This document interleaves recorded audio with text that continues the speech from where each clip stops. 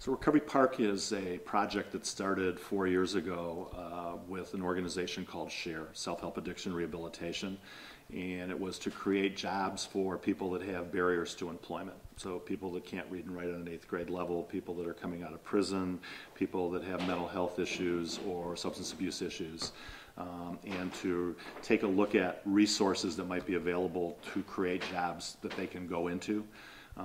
And when we did our research, the resources that are available, particularly in the city of Detroit, are access to open space, about 30,000 acres on city inventory, infrastructure, so roads, sewers, gas lines, electric, access to water. So, Michigan is abundant in fresh water, and then taking a look at the available resource of the talent pool and marrying those together. And so urban agriculture and food system development, just kind of sprang to the top.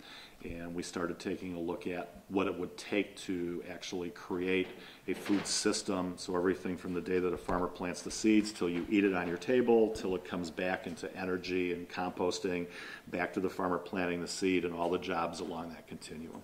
So Recovery Park is a triple bottom line nonprofit. So the first pillar of that is social justice, so creating jobs in the community, with the community at the table, and helping make those decisions.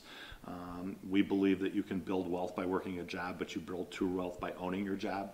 So how do we engage people early enough in recovery so that we can give them some dignity by working and putting a paycheck in their pocket, but ultimately ownership will transfer to a group of people within a specific project. Second one is environmental stewardship, so kind of like Boy Scouts, how do we leave the land better than we found it? And taking a look at the property that we're negotiating on or finalizing deals on, and doing something different than what has been done. So a lot of it's been residential, but some of it's been industrial. So not only cleaning it up, but repurposing it into something that future generations will look at with pride, and it's not going to cause more issues for them. The third one is financial sustainability. And that's usually one of the struggles that most nonprofits have, is how do they do that? And so we overlaid a business model and taking a look at licensing fees and branding opportunities with sales of product, so local live food distribution. So everything that we grow or process or slaughter will be done in a 60-mile radius around where you can buy it. And it's going to hit your grocer's shelves and hopefully your table within 48 hours of one of those things happening. And those jobs, by coming back into the community and bringing a density of those jobs into the community, should drive community redevelopment around those jobs. We want people to stay in the neighborhood. The people are the neighborhood. The businesses that are there are the neighborhood. It's not the land and the buildings.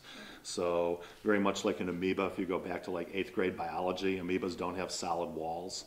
So if you take a look at some of our mapping, and you can take a look at the squiggly line that's here, so the farming can actually wrap itself, or the project can actually wrap itself around the existing things that are there, so that we don't displace people that are there, and the resources that we get, financial and collaborative partner-wise, that we bring into the neighborhood can actually help those people repurpose their properties or their businesses, or help them incubate new businesses.